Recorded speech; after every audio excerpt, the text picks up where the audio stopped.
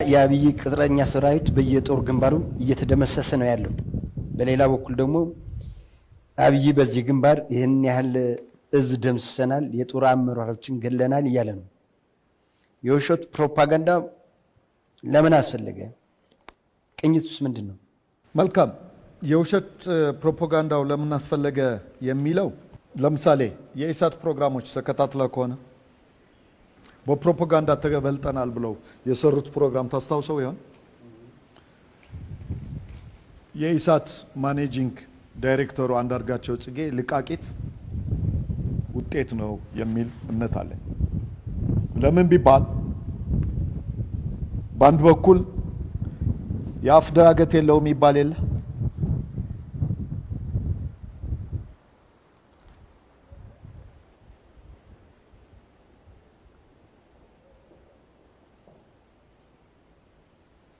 የፕሮፓጋንዳ ስራው ከመሰራቱ በፊት ያሉት ሁኔታዎች እንመልከታቸው። ለምሳሌ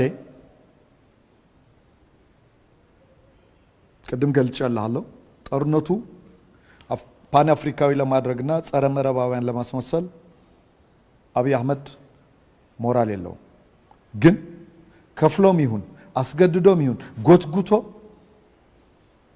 ሰዎች እንዲሰለፉ አድርጓል። ምዕራባውያን ለማውገዝ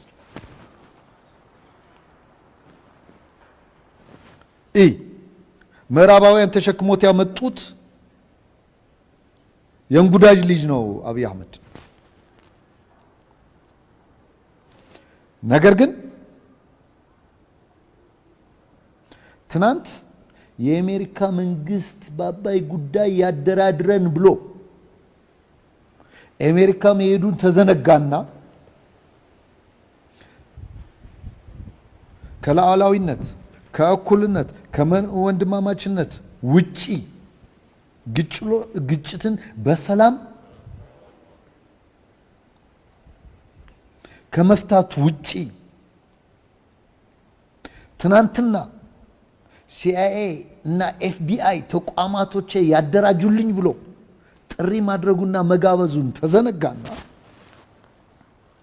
የፍትህ የፖለቲካና ወታደራዊ ተቋሙ ለማዘመን ይጠቅሙኛል የሚሏቸው ተቋሞች ተካዱና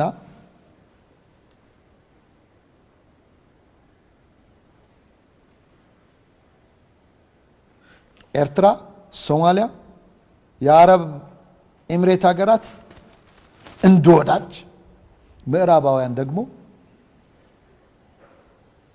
እንደ ጠላት በማስመሰል ሰልፍ ጠራ። ለፕሮፓጋንዳ ቅኝቱ እንደ ግብአት እንዲያገለግል ወርልድ ባንክ እና አይኤምኤፍን የናት ጓዳና ያለችው ትክክል። ይቀጥልና ለምሳሌ አብይ አህመድ እንደምታስታውሰው ካልተዘነጋ በስተቀር ከፈረንሳይ መንግስት የ4 ቢሊዮን ዩሮ ሚሳኤል ለመግዛት ጥያቄ እንዳቀረበ ሌፖይንት የተባለ የፈረንሳይ ጋዜጣ አጋልጦታል። ብሔራዊ ጥቅም አደጋ ላይ ጥሎ ብሔራዊ ጥቅም አደጋ ላይ መጣል ብቻ አይደለም፣ የዓለም አቀፍ ሕግ ጭምር አደጋ ላይ ጥሎ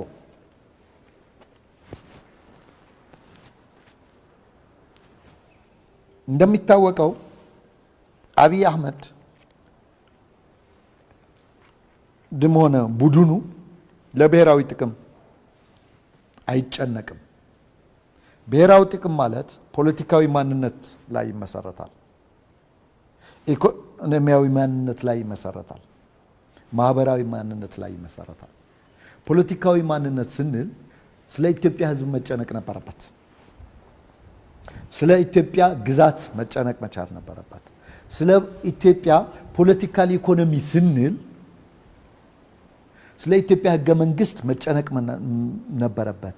ስለ ኢትዮጵያ ሉዓላዊነት፣ ስለ ኢትዮጵያ የአየር ክልል፣ ስለ ኢትዮጵያ የንግድ፣ የዲፕሎማሲ፣ ኢኮኖሚ ዝውውር መጨነቅ ነበረበት። ነገር ግን አይደለም የኢኮኖሚና የፖለቲካ ማንነት ቀርቶ ማህበራዊ ማንነትን የኢትዮጵያውያን እንዲሻክር በዘረኝነት ቅኝት እንዲራመድ በማድረግ አይደለም ብሔራዊ ጥቅም የራሱ ጥቅምም ማስከበር ወደማይችልበት ደረጃ ደግሞ በአንድ በኩል ደርሷል። የራሱና የቡድኑን ጥቅምም ማስከበር መጠበቅ በማይችልበት ደረጃ ደርሷል። ለዚህ ነው ውጊያው ፓን አፍሪካኒስት ለማድረግ የፈለገው። ለዚህ ነው ሙሳ ፋቂ እንደ አንድ መግቢያ መንገድ ወደ አፍሪካ ህብረት የተጠቀመበት። አፍሪካ ህብረት የራሱ ችግሮች እንዳሉት ይታወቃል። የእንግሊዝኛ ተናጋሪ ሀገሮችና የፈረንሳይኛ ተናጋሪ ሀገሮች ያላቸው የጥቅም ግጭት፣ ያላቸው የብሔራዊ ጥቅም ፍላጎት፣ እንዲሁም የአረብ ሀገሮች የአረብኛ ተናጋሪ ሀገሮች ያላቸው ኢንተረስት እና ልዩነት ይታወቃል። በዲፕሎማሲው ረገድ ያጋጠመው ውድቀት ወደ ህልውና ምስቅልቅል ስለከተተው ያ የህልውና ምስቅልቅል ከፍ ያደርግልኛል ስላለ ነው ፓን አፍሪካኒስቶች እባካችሁ ተሰለፉልኝ በማለትም በውጭ ሀገር ባይዘው ወይ በጎትጓችነት በሎቢስት ግለሰቦችም ጭምር ለመለመን አላፈረም የአብይ አህመድ ቡድን። ለምን ቅድምም ብያለሁ። አብይ አህመድ ቃላት ብቻ አይደለም የሚኮርጀው፣ አረማመድም ይኮርጃል። ለምሳሌ ክቡር ጠቅላይ ሚኒስትር መለስ ዜናዊ የቀድሞ ጠቅላይ ሚኒስትር የኔፓድ ልሳን ነበሩ። ኔፓድ ላይ ያበረከቱት አስተዋጽኦ ይታወቃል። የአፍሪካ ህብረት ልሳን ነበሩ፣ በተለይም በክላይሜት ቼንጅ። ነገር ግን በክላይሜት ቼንጅ ብቻ አይወሰንም። በፖለቲካል ኢኮኖሚው እስከ G8 እና G20 ተብሎ በሚጠራው ማዕቀፍ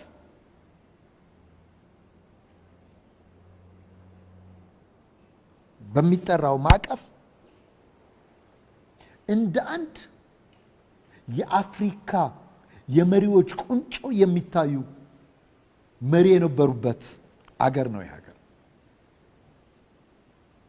በዲፕሎማሲው እንደ ክቡር አምባሳደር ስዩም መስፍን ለአፍሪካ ህብረት ያበረከተ አገር ነው። ይህ ሀገር ይሄንን ተዘነጋና በዚህ አጋጣሚ ሎንግ ሰርቪንግ ዲፕሎማቷ ገድላ ገድያለሁ እልል በሉ ያለች አገር ወራዳና ሰፋሪ ሀገር ኢትዮጵያ ናት። ያ የብስራት ነጋሪት ወይም መርዶ በህልውና ምስቅልቅል ውስጥ ገብቶ ያረዳው አብይ አህመድ ነው። የአብይ አህመድ ቡድን ነው።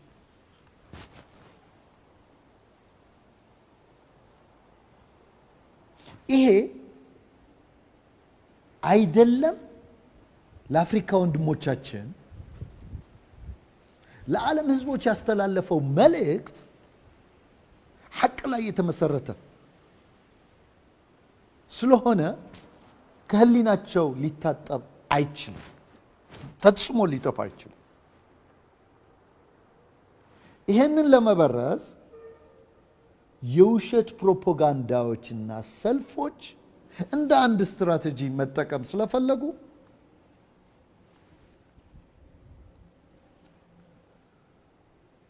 መርፌ ውጦ ማረሻ የመጥፋት ያክል ዘረኛና ሐሰተኛ በሬ ወለደ ዜናዎቻቸው አሁንም ለሞት ድግስ እየተጠቀሙ ነው። እንደምታውቀው ደርግ በመውደቂያው ዋዜማ እንዲሁም ከምስራቁ ጦርነት በኋላ የምስራቁ አስተንፍሰናል የሰሜኑ ይቀራል በሚል ያካሂዳቸው የነበረ የቀረርቶ አዝማቾች እነ ታማኝ በየነ ጨምሮ እነ ንዋይ ደበበ ጨምሮ አዝማቾቹም እነሱ የቀረርቶ ጋሻ ነጋሪቶችም እነሱ ስልጣን ለመቆየት ጠላት መፍጠር ስላለበት የጥላቻ ፖለቲካና የግጭት ንግድ ማዕበል ውስጥ ገብቶ ነው ይሄ የውሸት ፕሮፓጋንዳ እየተነዛ ያለው። ባህሪው ምንድነው ካልከኝ የጥፋት ሴራ መረቡ እንዲቀጥል በማድረግና ባለማድረግ አገሪቱ ከእሳት ወደ ረመጥ መቀየር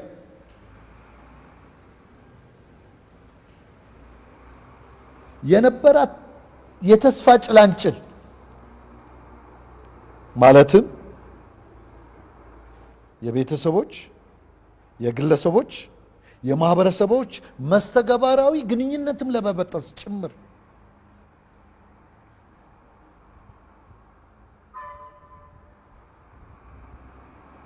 የመበተን አደጋ ኢትዮጵያ እንዲገጥማት የማድረግም ጭምር ታሳቢ ያደረገ የክተት ነጋሪቱ የክተት አዋጁ ተቀጽላ ነው የፕሮፓጋንዳ ስሪቱ።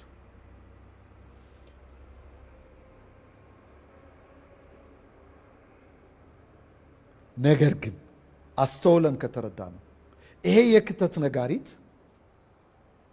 የክተት ነጋሪት የውሸት ፕሮፓጋንዳ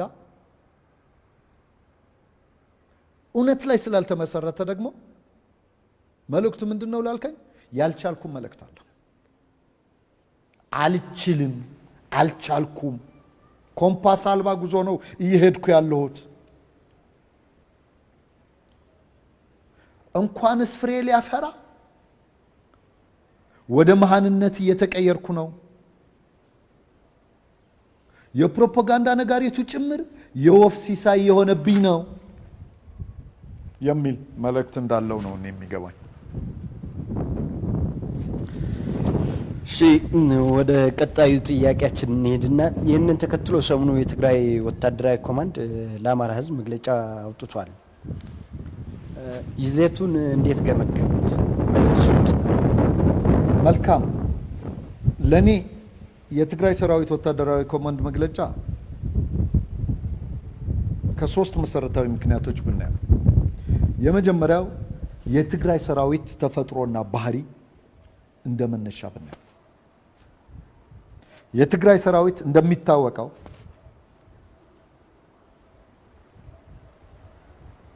ሁሉም ህዝቦች በጀግንነቱ፣ በህዝባዊነቱ፣ በሰብአዊነቱ፣ በጠንካራ ዲስፕሊኑ፣ በስነ ምግባሩና በመፈጸም አቅሙ የሚመኙት የሚያከብሩት ሰራዊት። ይሄ ሰራዊት ለምን እንዲሆነ ብለህ ካሰብክ ደግሞ በትግራይ ህዝብ መሰረታዊ እሴቶች ስለተገነባና ስለተፈጠረ ነው። የትግራይ ህዝብ በሐቀኝነቱ፣ የትግራይ ህዝብ በርትዓዊነቱ፣ የትግራይ ህዝብ በፍትሃዊነቱ፣ የትግራይ ህዝብ በእኩልነቱ፣ የትግራይ ህዝብ በአርነቱ ለአንድም ጊዜ ተደራድሮ አያውቅም። የትግራይ ሰራዊትም ሰብአዊነት የሚመነጨው ከትግራይ ህዝብ የእኩልነት መርህ ነው። የትግራይ ህዝብ ሰብአዊነት የሚመነጨው፣ ህዝባዊነት፣ ጀግንነት የሚመነጨው ከትግራይ ህዝብ ለፍትህ፣ ለርትዕ፣ ለሐቅ፣ ለአርነት ካለው መሰረታዊ እሴት የሚመነጭ ነው። የትግራይ ሰራዊት ሰብአዊነቱና ህዝባዊነቱ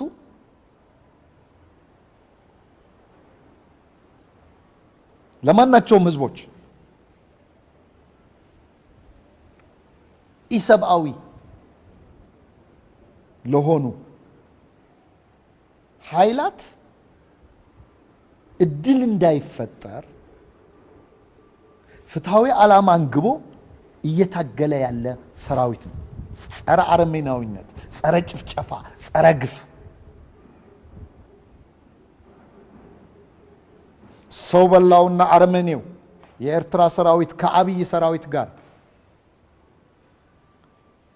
በማበር ዘመኑ ያፈራቸው ቴክኖሎጂዎች በመጠቀም ትግራይና ህዝቧ ተጨፍጭፏል። እህቶቼ፣ ልጆቼ፣ እናቶቼ ተደፍረዋል። ማህፀናቸው መሃን እንዲሆን ባዕድ ነገር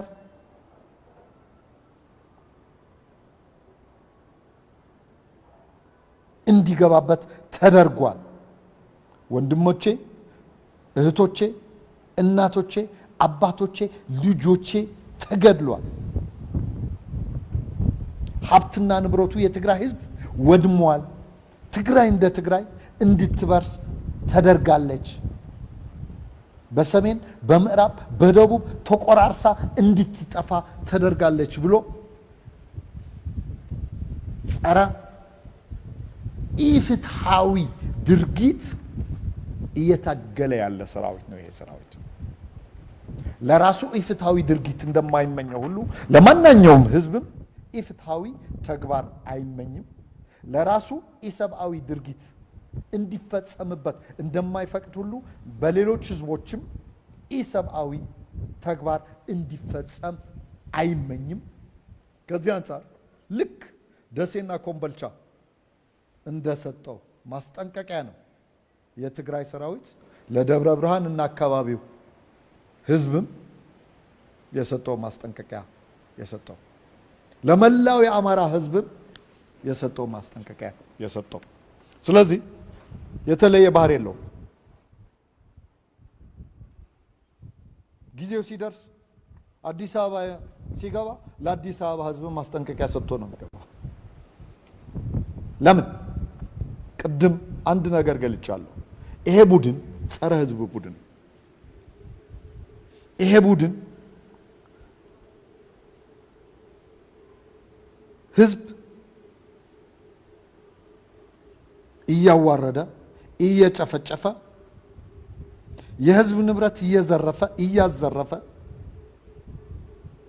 ህይወቱ እየነጠቀም ጭምር በሌሎች የሚያላክክ ቡድን። በአንድ በኩል ህዝብ እውነታው እንዲረዳ እንዳይታለም የማድረግ ኃላፊነት ስላለው፣ በሌላ መልኩ ህዝቡ ተደራጅቶ ሀብቱ ንብረቱና ህይወቱ መጠበቅ ስለሚገባው የትግራይ ህዝብ የጠንካራ ዲሲፕሊንና ስነ ምግባር ባለቤት ስለሆነ በተለይ በሰብአዊ ህግጋትም ጭምር የተፈጥሮና ሰው ሰራሽ ህግጋትም ጭምር ያለው ሚዛን እና ልዕልና ከፍተኛ በመሆኑ በዓለም አቀፍ ህግም ያለው ግዴታ የመወጣትም ጭምር አንድ አካል ተደርጎ የሚታይ እንጂ ቀጣይ ያደርጋቸው የነበሩ ህዝባዊነቱ ይገልጽባቸው የነበሩ ማሳያ ተደርጎ እንጂ ብቻውን ተነጥሎ የሚታይ መግለጫ አይደለም የሚል እምነት ነው ያለኝ። አብይ አህመድ እንደ የጦርነቱ መነሻ አድርጎ ብዙ ጊዜ የሚጠቅሰው የሰሜን እዝ መጠቃት ነው። እውነት መነሻው እሱ ነው? ሰሜን እዝ ተጠቅቷል?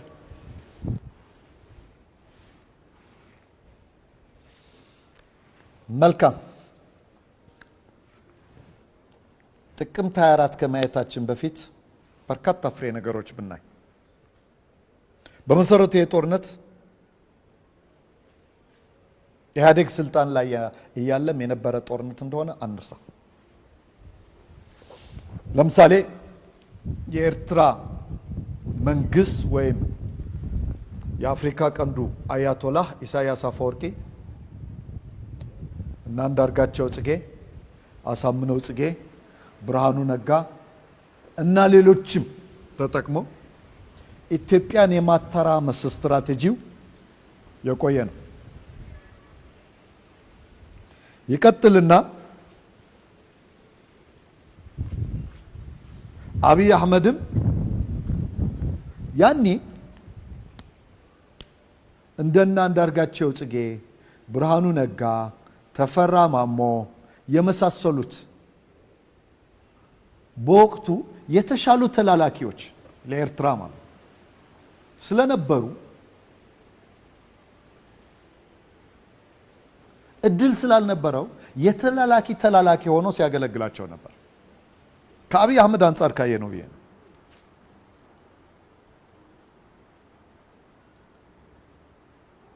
አብይ አህመድ ወደ ስልጣን ሲመጣ ያጋጠመው ሀቅ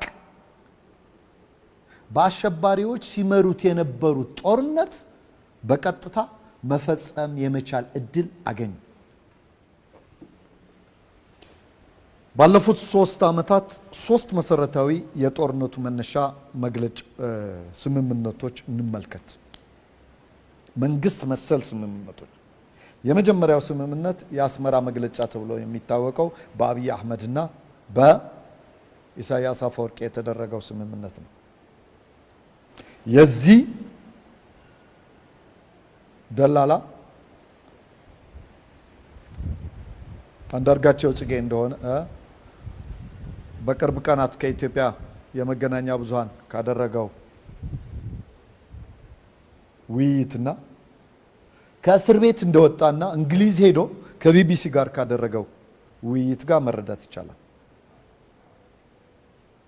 ሁለተኛው ስምምነት የሪያድ ስምምነት ነው። ሶማሊያና የዩናይትድ አረብ ኤሚሬትንም ያካተተ። ሶስተኛው ስምምነት የጎንደር ስምምነት ነው።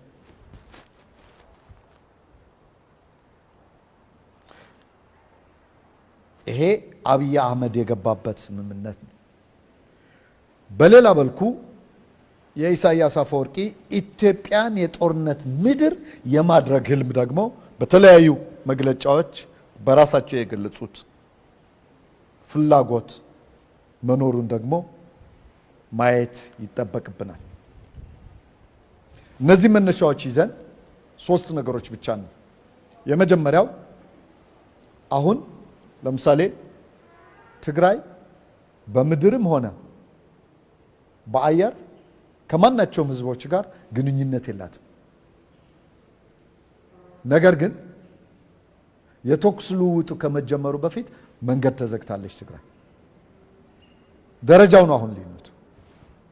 የትግራይ ህዝብ እንዲራብ፣ እንዲጠማ፣ አገልግሎት እንዳያገኝ፣ ማህበራዊ ኢኮኖሚያዊ ግንኙነት እንዳይኖረው መቁረጥ የተጀመረው ቀድሞ ነው።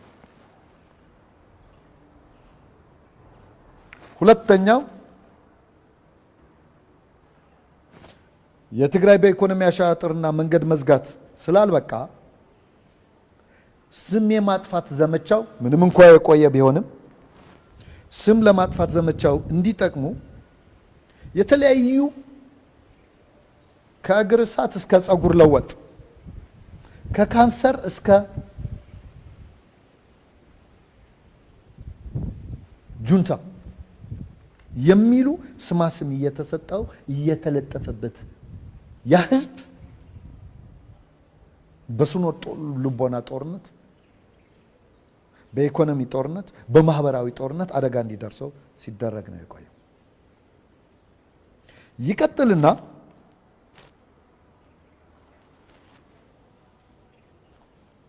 ወታደራዊ ጦርነቱ እንዳይከሰት እንቅፋት ይሆናሉ የተባሉ እነ ጀነራል ሰዓረ መኮንን እነ ጀነራል ገዛኢን ጨምሮ የአማራ የፖለቲካ አመራሮችም እንዲወገዱ ነው የተደረገው።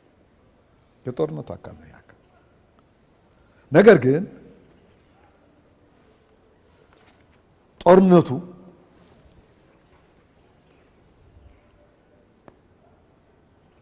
እንዲጀመር 2 መሰረታዊ አጋጣሚዎች በማነሳሻነት አብይ ለመጠቀም ፈልጎ ነበር። የመጀመሪያው አንቶኖቭ ሙሉ ኮማንዶ ልኮ መቀሌን የጦር አውድማ ለማድረግ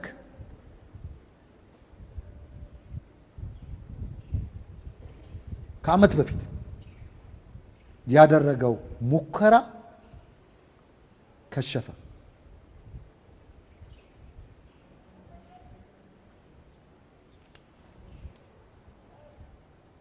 ያ ሙከራ የትግራይ መንግስት ያጸፋ እርምጃ እንዲወስድና ያንን አጸፋ እርምጃ ተከትሎ ሁለት ነገር እንዲያጋጥም ነበር። በአንድ በኩል የትግራይ ህዝብ ተበትኖ እንዲቀር ለመቀጥቀጥ እንዲመች፣ በሌላ መልኩ ደግሞ ጦርነቱ በትግራይ እንደተጀመረ በማስመሰል ትግራይ የጦርነት ምድር ለማድረግ ዓላማ ያደረገ ነው።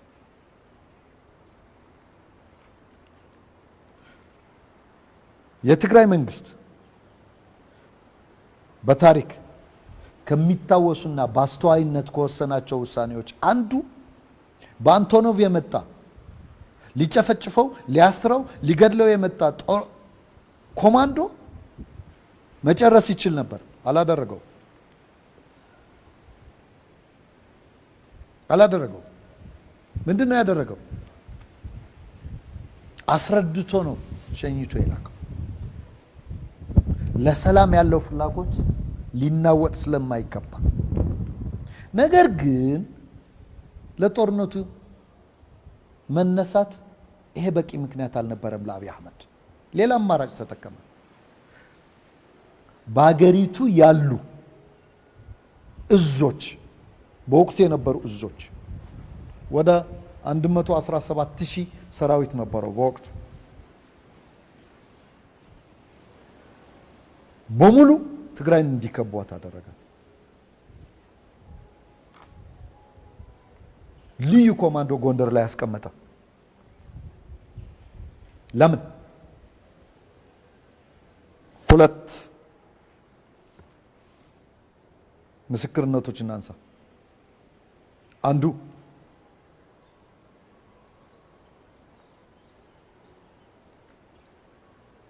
እነ ዳንኤል ክብረት ምድር ላይ እንዲኖር ያልፈቀዱለት ህዝብ መኖሩ፣ ከትናንት ወዲያም አንዳርጋቸው ጽጌ በአረመኔነት መጨፍጨፍ አለበት ያለው ህዝብ ምድር ላይ ሊኖር ስለማይገባ ትግራይና ህዝቧ መጥፋት ስላለባቸው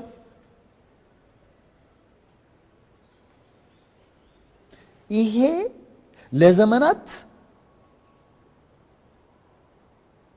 የነበረው ህልማቸው ስልጣን ላይ ሲወጡ ስላመረቀዘ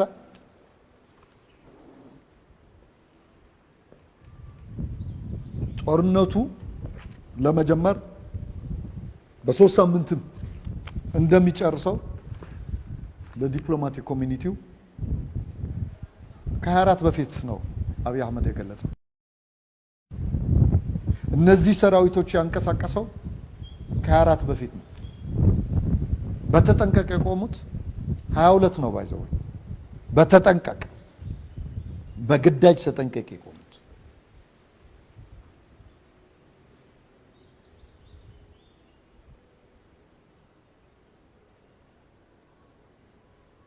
ይሄ መሰረታዊ ፍላጎት እንደነበረው ለፊንላንዱ የውጭ ጉዳይ ሚኒስተር ፔካ ሃቪስቶ በግልጽ አብይ አህመድ ነግሯቸዋል። የትግራይ ህዝብ እናጠፋዋለን፣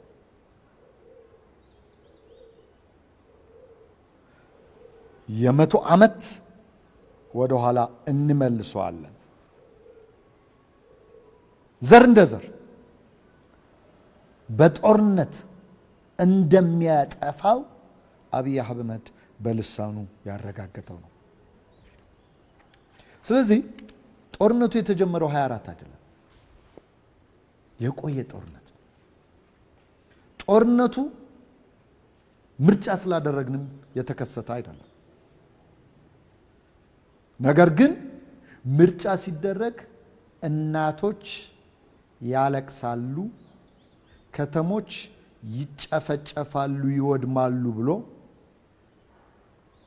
ነጋሪት ያወጀው አብይ አህመድ መሰለኝ። ለምንድን ነው 24 ጋስቲክ የሚደረገው? 24 ላይ የተደረገው ለመተባበር ዝግጁ የነበሩ የሰሜን እዝ አባላት ጋር ትብብር ተፈጸመ። ቢያንስ የታጠቁት የጦር መሳሪያ በትግራይ ህዝብ ላይ ያ የዘር ማጥፋት የአብይ አህመድና ጋሻ ጀግሬዎቹ ፍላጎት እንዳይሳካ ተባበሩን ነው የትግራይ መንግስት ስራ የሰራው። ስለዚህ ለኔ ከዚህ አንፃር ካላየ ነው በፕሮፓጋንዳ ቅኝታቸው ትክክል ነው እንዳልከው ጦርነቱ የተጀመረው 24 ነው የሚሉት። የአውሮፓ ህብረት ለምሳሌ የኢንተለጀንስ ሪፖርቶች ሞቢሊቲ ነበረ፣ ሚሊተሪ ነው ሞቢሊቲ 22 21 ብለው ሪፖርት አቅርበዋል። ይሄ ምን ልታደርገው ነው? አሁንም የማታለልና የማደናገር ሂደቱ የመደበቅና የመሰወር ነገ ጧት ፍትህ ትጮኻለች። እነዚህ ሰዎች ዘር ማጥፋት ፈጽሟል። እነዚህ ሰዎች የጦር ወንጀለኝነት ፈጽሟል። እነዚህ ሰዎች ኢሰብአዊ ድርጊት በትግራይ ህዝብ ላይ ፈጽሟል። ስለዚህ ለዛ የሚሆናቸው የመሰወር፣ የመደበቅ፣ የማጥፋት የሰራ ሂደት ላይ የተጠመዱ መሆናቸው ነው የሚያሳየኝ የሚል እምነት ነው ያለን። ሌላው ጥያቄያችን የትግራይ መንግስት ግጭቱ በተካሄደበት ጊዜም ወረራው በተፈጸመበት ወቅትም ከዛ በፊትም የውይይት ፍላጎት እንዳለው ችግሩ በውይይት መፈታት እንዳለበት እያስቀመጠ መጥቷል እና ውይይትና ድርድር እንዲካሄድ ሁሉ ደግሞ ያስቀመጣቸው ቅድመ ሁኔታዎች ነበሩ። እነዚህ ቅድመ ሁኔታዎች የት ደረሱ? አሁን እንደሚታወቀው የትግራይ ህዝብም ሆነ የትግራይ መንግስት በሰልፍም ጭምር ህገ መንግስታዊ ስርዓቱ በኃይል ሲናድ የውጭ አካላት ጣልቃ ሲገቡ ህገ መንግስቱ እየተናደ ነውና ህገ መንግስታዊ ስርዓቱ ይከበር፣ በአገሪቱ ሰላም ጠፍቷልና አገሪቷ ላይ ሰላም ይስፈን፣ ዲሞክራሲ የሚባል እየጠፋ ነውና ዲሞክራሲ ይረጋገጥ፣ የልማት ፕሮጀክቶች ወደ ጦርነት እያመሩ ነውና ቀድሞውኑ ነው ጦርነት እንዳይከሰት ማናቸውም ችግሮች በሰላማዊ መፍትሄ ሊተናገዱ ይገባል የሚለው ሐሳብ ያቀረበው ጦርነቱ ከመጋጠሙ በፊት ነው። የትግራይ ህዝብ እንደ ህዝብ፣ የትግራይ መንግስት እንደ መንግስት በሰላም በዲሞክራሲ በልማት የጸና አቋም አለው። ሰላም ሰርተ የምታገኘው እንጂ እንደመና ከሰማይ የሚወርድ ነው ብሎ አያም። ሰላም ሊጠበቅ የሚገባው አንጡራ ሀብት እንጂ ችሮታ ነው ብሎ አያም። ሰላም ከሌለ ሁሉም ነገር መና ነው ብሎ ያምናል የትግራይ ህዝብ። ይሄ የትግራይ ህዝብም የትግራይ መንግስትም ከጦርነቱ በፊትም የነበራቸው ጦርነቱ እየተካሄደም ያላቸው የጸና አቋም ነው። እንደሚታወቀው በጦርነት ጊዜ የካቲት 12 2013 ይመስለኛል የመጀመሪያው የሰላም ጥሪ የተላለፈው። ቀጠለና መቀሌ ገብቶ እያለም የትግራይ መንግስት የሰላም ጥሪ አስተላልፏል። ቀጠለና ተጨማሪ የሰላም ሀሳብም ሐምሌ አካባቢ የሰላም ጥሪ አስተላልፏል። ይሄ ሆነው ዓላማው አንድ ነው። አሁንም ወንጀል እየተፈጸመ ነው። ዘር ማጥፋት ወንጀል አሁንም ወንጀል እየተፈጸመ ነው። የጦርነት ወንጀል አሁንም ወንጀል እየተፈጸመ ነው። ኢሰብአዊ ድርጊት ረሃብን እንደ ጦር መሳሪያነት እየተጠቀሙ ህዝብ እንዲያልቅ እየተደረገ ነው። የጾታዊ ጥቃት እንደ ጦር መሳሪያነት ተጠቅመው ህፃናትም እና አዛውንቶችም ጭምር ተደፍረዋል። ወንጀሉ ሊቀጥል አይገባም የሚል መሰረታዊ ዓላማ ነው ያለው። ለምን ብሔራዊ ጥቅም አደጋ ላይ ወድቋል? ለምን ሰብአዊ ክብር አደጋ ላይ ወድቋል? ለምን ህይወት አደጋ ላይ ወድቋል? እድገት ብልጽግና አይታሰብም። ማህበራዊ ግንኙነት ሻክሯል። ወንጀልም ቢፈጸም በአንድ በኩል የትግራይና ህዝቧ ብሔራዊ ጥቅም እስካረጋገጠ ድረስ አሁንም ድርድር ሊኖር ይገባል።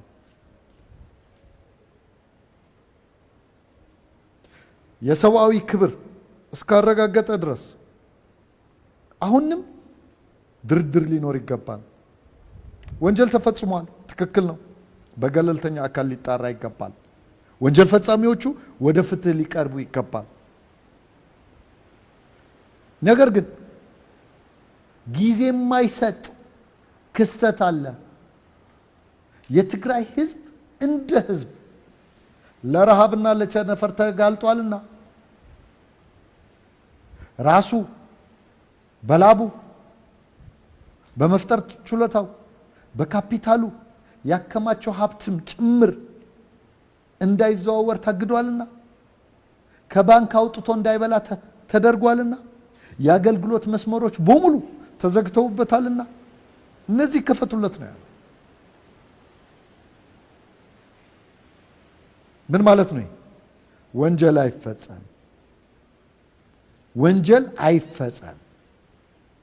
ነገር ግን ወንጀል ተፈጽሟል። በወንጀል የሚጠየቁ አካላት በወንጀል ይጠየቁ። ወንጀሉ በመፈጸሙ ምክንያት የደረሰው ውድመት የፍትሐ ብሔር ካሳ ያስፈልገዋልና የፍትሐ ብሔር ካሳው ተጠያቂዎች ሊጠየቁ ይገባል። ለሰላም ግን ትናንትም ዛሬም ነገም የማይናወጥ አቋም ነው ያለንና ለሰላም የሚጠቅም ማናቸው መንገድ በእኛ ምክንያት በሩ ሊዘጋ አይገባም ነው ያለው የትግራይ ህዝብ። ቢሆንም ግን መደራደር ነው ያልከው፣ ድርድር እንዲዘው ተብሎ የሚገባ አይደለም። ከድርድር በፊት የሚሆኑ ነገሮች አሉ። ለድርድር መተማመን ያስፈልጋል። የትግራይ ህዝብ ማናቸውም የአገልግሎት አውታሮች ተዘግተውበት መተማመን ይኖራል ተብሎ ይገመታል? ፈጽሞ የባንክ አገልግሎት የለም፣ የስልክ አገልግሎት የለም፣ የትራንስፖርት አገልግሎት የለም፣ የውሃ አገልግሎት የለም፣ የመብራት አገልግሎት የለም። የትግራይ ህዝብ በጎረሮው ታንቆ እንዳይበላ ተደርጎ ያከማቸው ሀብት እንዳይጠቀምበት ተደርጎ ይሄን አይተው ከሩቅ ለጋሾች የሰጡት እርዳታ እንዳያልፍ ተደርጎ መተማመን ይኖራል ተብሎ ይታመናል?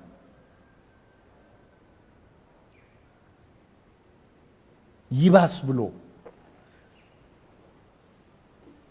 የትግራይ ህዝብ እንደ ህዝብ ከትግራይ ውጭ ያለው እየተገደለ እየተሳደደ እየታሰረ ሀብትና ንብረቱ እየተዘረፈ መተማመን ይኖራል?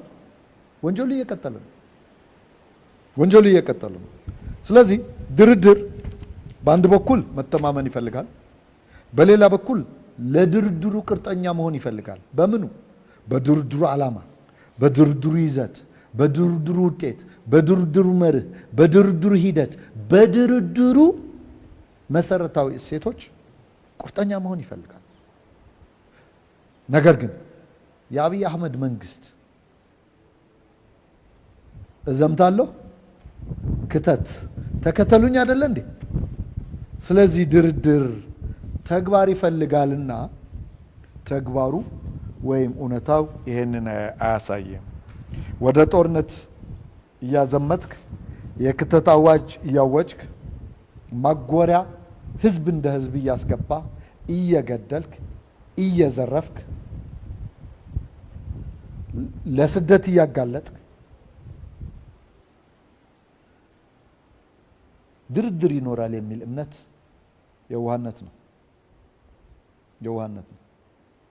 ነገር ግን አሁንም የትግራይ ህዝብና መንግስት በሰላም ላይ የማይናወጥ አቋም አለው።